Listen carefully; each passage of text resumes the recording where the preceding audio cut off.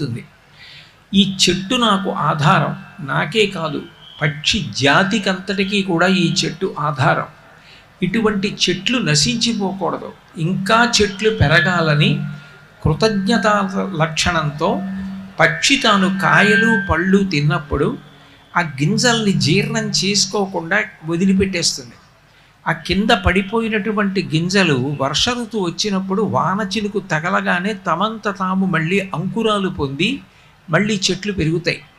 తాను ఏ చెట్టు మీద పుట్టి ఏ చెట్టు మీద పెరుగుతోందో ఆ చెట్లు పెరగాలన్న కృతజ్ఞతా లక్షణంతో గింజ జీర్ణం చేసుకోకుండా విడిచిపెట్టినటువంటి పక్షికి ఉన్నటువంటి కృతజ్ఞతా లక్షణం చాలా గొప్పది. జీవితంలో తప్పకుండా ఉండవలసిన లక్షణం ఏది అంటే, కించిత్ ఉపకారం ఎవరి వలన పొందినా కూడా వారి యందు అంత కృతజ్ఞత ఉండాలి. అటువంటి కృతజ్ఞత కలిగినటువంటి